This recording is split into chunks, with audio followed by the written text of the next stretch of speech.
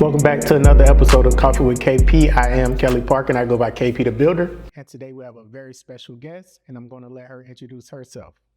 Hello, I am Caitlyn Davis, also known as Cait The Great. I am a well-known Instagram content creator. I have designed the Nike Dunks for FAMU. I work with Amazon, Home Depot, AT&T, you name it. That's what I'm talking about. So as you can see from her accolades, she's done quite a bit. Some of you guys may know her, some may not, but I'm going to introduce you to her right now with all of these questions. So welcome to the podcast, Coffee and Tea with KP. Cheers. I don't think women drink coffee. I don't like coffee. Well, we're going to change that when I drop this coffee brand. Okay. All right, so being an Instagram influencer, I'm just jump out there with that first. Okay. Being an Instagram influencer, how were you able to gather so much attention so quickly? I don't think it actually was quick. Honestly, it was over time. I started when I was in college at FAMU. Shout out to Florida A&M University. Okay. But yeah, I started when I was in school. I went viral a couple times. Are you gonna hear that? Nah, they probably. Okay. I went viral a couple times, and from there, it was just a ripple effect. I just kept on taking pictures, doing videos, creating my community organically through HBCU as my foundation and started doing fashion, beauty, and lifestyle. Okay. So for someone who wants to start that isn't, necessarily as polished as you are, what I mean by that, by being a rapper. Oh. Because, that's the Fashion and Modeling University. That's what FAMU stand for. You didn't know that? I didn't know that. You put me on the spot. Oh, no. That's what they told me when I was back in Tallahassee. It's like everybody is dressing to impress. So it's a Fashion and Modeling University. Wow. So shout out to FAMU. Sure. Back to the question about you getting started. So for you guys that want to get started into being a content creator, she just basically said consistency. Yeah. She's just been consistent since she first went viral or got that attention online and steady put out a lot of content. It's a lot of people on social media that go viral and you never hear from them again. It's because they slack up on what went viral or don't follow up. Like our partner Desi, he went viral a couple times and he stayed with the skits. A lot of people that I know and I work with, like King Karan, he was one of the first people to go viral. And shout out to you. I know you watch. So continue doing what you're doing, but just be consistent with everything that you do if you want to grow in it. Now, if you're just doing it for fun, that's like an artist who got a dope album and only, make mixtapes. Like, don't want to put out their real, true energy. So if you want to be consistent, just be you. I mean, it's the easiest way to be consistent. You can't pretend to be somebody else and be consistent. Exactly. It's going to show. So outside of that, I know you getting into real estate. You're dabbling in real estate right now. I keep talking you out of buying this high rise. We didn't buy the high rise, Kelly. Yeah, she was ready to go out and buy a condo in Midtown Atlanta, and I told her just wait. Because there's several reasons why I wouldn't recommend someone making that huge purchase as their first purchase, because this is Atlanta. And although you may have a beautiful view today with as much building going on downtown, your view next year may be into somebody else's apartment. So just hold off on that and let's rent first, see if you like it, and we'll go from there. But outside of that, yeah, I want to get you into real estate investing. Yes. Yeah. The reason I want to get you into real estate investing is because you have the tools to be a very influential person on this side of real estate. It's one thing to be an agent and help people buy and sell houses, but to present yourself as an investor and educate others about investing, you can impact a lot of people. And this podcast is full of people who impact people. Cool. And I want to introduce you to that space so you can introduce it to the world. The masses. Right. I'm excited. All right. So on the first project that we're going to do you want to do new construction or renovation? You the boss. All right. So basically, she want to do new construction. Yeah, I want to do new construction. Yeah. Like we had talks about renovation, but deals are so hard to find. But yet we can go find some land and do our numbers and make sure everything works out and potentially set up a deal a lot faster with new construction than renovation. It's so competitive with people out here that's doing all these renovations in Atlanta. And it just makes it a lot harder, especially when it comes to securing a good deal. Like with new construction, we can create a deal. We can create our comps. We can create a lot more than we would if we were boxed in with a renovation.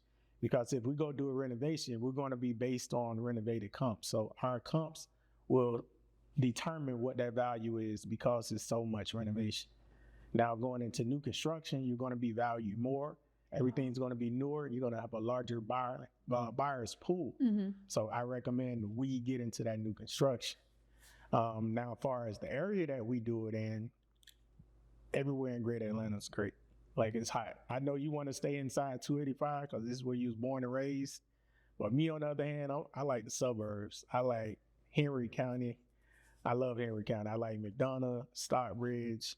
McDonough. Yeah. McDonough's like Henry County, for those watching. Here, you can't see me on that one. Henry County is the fastest growing county in the Greater Atlanta area. Really? Yes. Oh, well, this is your job, so you should know. Yeah. So that's why we tend to do a lot of building in Henry County. As far as renovations, there's not much activity down there for us to do renovations. But here in Atlanta, it's a great renovation market. But there's just so much competition that it's hard to find a good deal. Back to that. So I'm gonna just ask you about this because we talked about the real estate and helping you get into it. Those Nike Dunks, how did that happen? I got a pair on. Not thanks to you because she definitely had so many, Kelly. My family took up majority. Listen, I didn't know you designed them shoes until after they were out, and I seen the rollout. Like I didn't know that was you. Like I looked at the shoes and I thought it was just like damn, they got to get them. Then I seen you posted you on top of a box on the beach or something with the shoes on. I'm like, dang, I didn't know that. She didn't even tell me that she designed them. I would have put my order in. NDAs. Yeah. Okay. No. Yeah. Dealing with Nike, I bet. Yeah, we had some NDAs, but Nike came out with a campaign called Yard Runners. Yard Runners came out technically in 2019, but it didn't have a rollout until 2020. They started off with, I believe, between 10 and 15 students and alumni who own businesses. And we were basically publicized all over their social media platforms and websites. Like, hey, this is Caitlyn. She owns this business. She attended this school. From that campaign, it had so many great reviews. They did it the second year. And the second year, I believe, were, athletes? A lot of athletes, I believe. And then the third year was legacy. And during the time of the third year, they were in the back whipping up some other stuff, which were the dunks. So they chose 4 HBCU women, alumni. Were we all part of Yard Runners 1.0? Okay, no, 3 of us was part of the first generation Yard Runners. One of them were second year. And we got to design a whole dunk for our schools. Yeah. Got to work alongside of the Nike design team. We also went to Portland to visit the headquarters. It was a really dope experience. But yeah, the shoe that you see now, if you thought that was dope, the shoe before was better. Yeah. Yeah, because Larry... You had to make some changes on it? Yeah, because Larry didn't let me do what I want to do. The president? Yeah. Why? He was like, I had the alma mater at the bottom. Did I have the alma mater? No, when the dark clouds gather around the horizon, I had it at the bottom of the shoe. Yeah. And then behind the words was eternal flame. Oh, wow. It was so, I'll show you one day. Wow. It was so dope. He was like, no. Did they mock it up or it was just straight internet? Straight on the computer? They made it. No, actually they did make it. And I wanted it and they didn't let me have it. Wow. That shoe would be worth so much money right now. What? Because I wanted to be like, if you kicked up your feet on your table, you see it like, oh, we talking big. You know what I'm saying? We at school. But he was like, I think he said he was, disrespectful. Okay, because it was on the bottom of the shoe. Yeah, but I was, in my mind, it was standing on the shoulders. Okay. In his mind, it was... standing on business. It's basically, his mind is you being disrespectful by having it at the bottom of the shoe. Okay. I see that, but I do like the bottom of the shoe that you have now. Yeah. So, But it was clear though. It was a clear, but it was like a burnt orange. It was fire. I like the back of the tongue, that detail, strike again. Yeah. So, man, listen, from designing, what has been the most impactful thing you think that you've done outside of designing that shoe? Outside of the shoe? Just making my presence known at FAMU, and because I did posted so much about my journey at FAMU on Instagram as well as YouTube, I talk to students even to this day when I go on campus, like, you're the reason why I came to FAMU, and that brightens my day every time. Yeah. I mean, that's crazy because I seen you in Tallahassee. Yeah. I never talked to you, never spoke to after I moved to Atlanta, and, realized we had some mutual friends and could, do some future business together. So Tallahassee is like a small Atlanta. Not saying that Capital Circle is 285, but it's similar.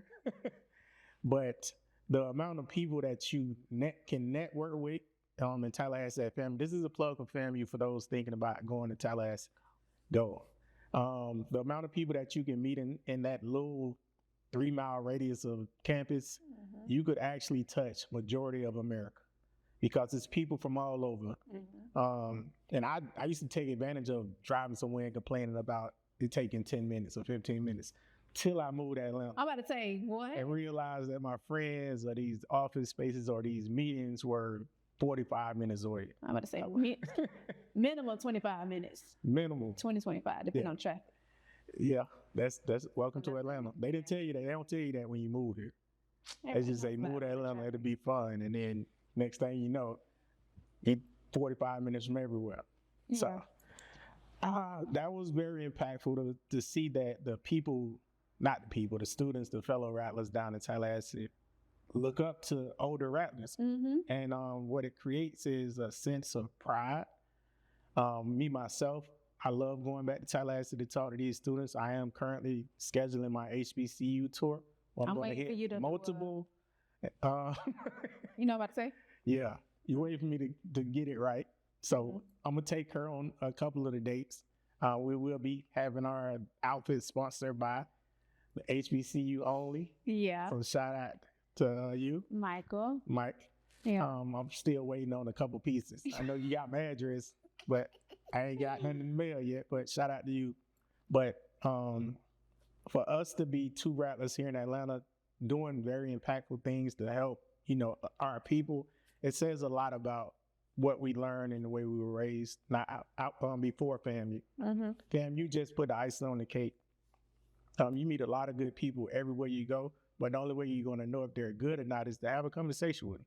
Talk to them. You can't just judge people by their appearance. I get that done to me daily, but do I care? Absolutely not. I can't care. It's putting too much energy into helping people feel secure about themselves by even acknowledging that they don't acknowledge me for who I am, which is cool, but it's all good because when I go into a room, and this happened in Atlanta, I went to a networking event. I don't really dress up, but I can put it on if I want to. Talk it. I went to a networking event. I actually met Don, this guy right here behind the camera. You can't see him, but I met him at a networking event, and we were sitting side by side, and everybody go around the room and introduce themselves. People looking at me like, why are you here? Like, oh, wow. Then I get up and introduce myself. Tell them what you got going on. Tell them what I got going on and who I am. And they like, oh, yeah, I knew you look familiar. All that. But then, see, people were judging me before I got a chance to speak. And we do that as humans daily. Like, we judge people before we even hear what they have to say or listen to their story or even acknowledge them as a human. And that's a big fault that we have. So me personally, I don't necessarily judge people anymore. I'm not saying I didn't do it because we were all young. Yeah, that's a process. So we used to look at people and turn our nose up or turn our nose down or whatever, frown upon people. But now as I get older, I understand you can learn something from everybody.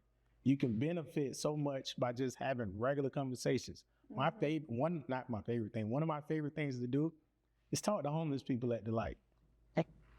Like I would hold up traffic talking to somebody. Really? Because people don't acknowledge them as humans. They just look at them like a toll. Like in Florida, you running through the turnpike.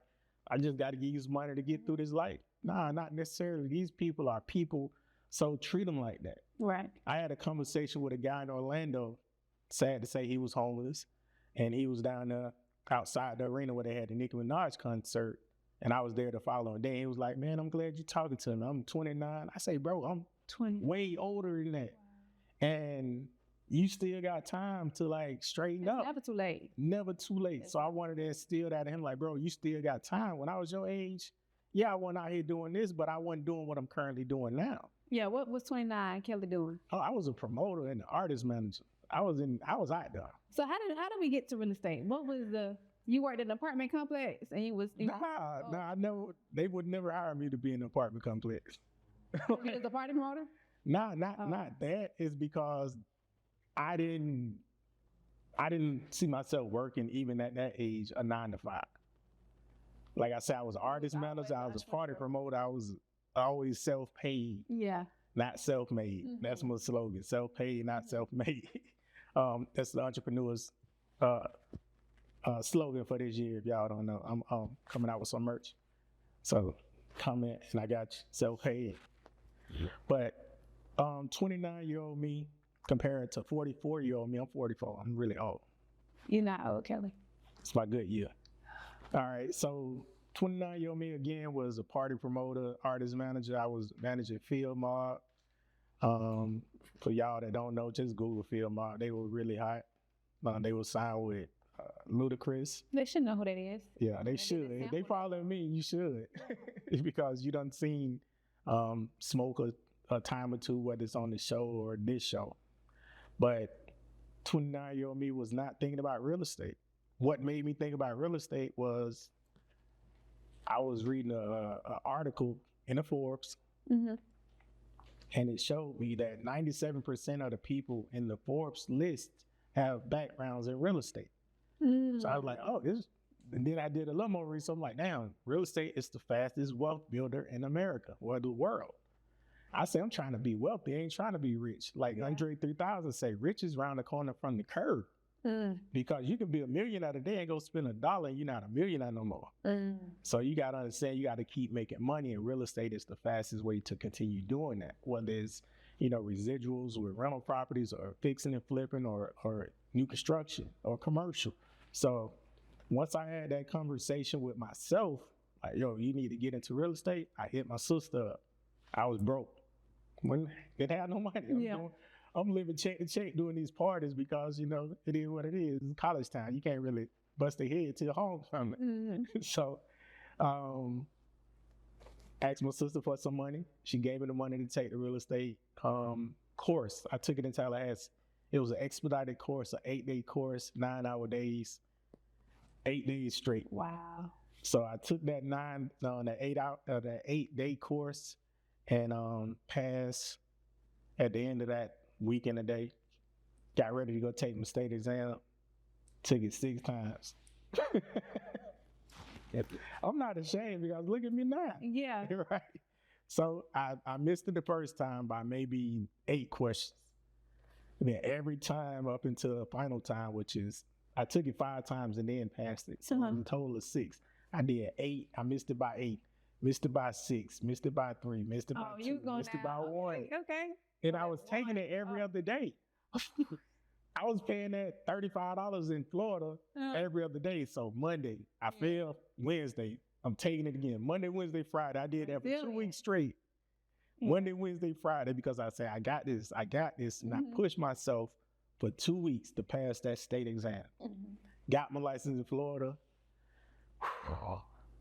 Best feeling in the world. Let my sister know, listen, I got my license. I'm good. Won't be long now. When I get you your money back, I appreciate you. And then, Tallahassee, big renters market. Not a lot of buying and selling. Mm-mm. So I really got my license in Tallahassee and then sell one house in Florida, in Tallahassee. I sold houses in Florida. So I was on Facebook one night, seen Gene, my partner, seen him on Facebook. He was #1 agent at Keller Williams Atlanta Partners down in Stockbridge. I'm with Keller Williams in Cologne in Tallahassee. So I'm like, man, I'm thinking about going to Atlanta, hang my license at KW up there. Because I know they got the reciprocity where I could, transfer my license. So I hit him up like, bro, I'm thinking about moving to Atlanta.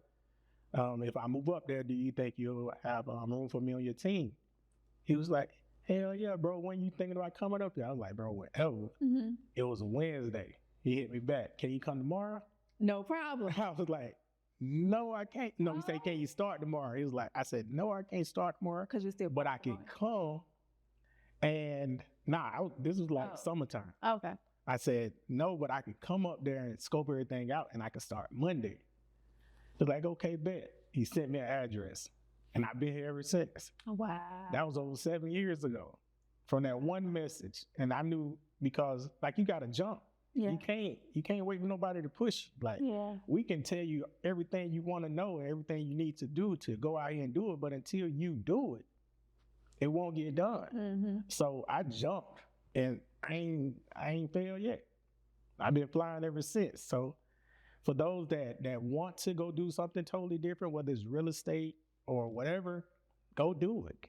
You can't do nothing but fall and get up. And try it again or try something else again. But until you try, you never know. You never know. So wow. That's how I got into real estate. And I'm gonna circle back to why I talk to these homeless people. Yes. Because so for those following, I do have a good mind. So talking to this 29-year-old guy down in Orlando, and like I say, sad to say he was homeless. He was outside the concert last night and he told the guy nice shoes. And the guy said, no, I don't have anything on me. I would have turned around and said something. I'm one of those. Yeah. He didn't say that. I would have said he didn't say that. Yeah. So I'm like, damn, he didn't even acknowledge what you said. Right. With the idea that you were begging. And we got to stop that, man. Yeah. We got to stop and listen sometimes. We can't just assume that people are always out to get something or just out for self. And that's a selfish trait. And that lets me know, like, even if you wasn't listening to this guy, you could have said, excuse me, or what did you say, or something to let him understand, like, do you got some spare change? Does not sound like those some nice shoes. So just a little scenario about why I speak to homeless people. I love speaking to them because they got so many stories. I was talking to one dude that I was getting off the exit ramp on Candler Road off of 285 and Flat Show.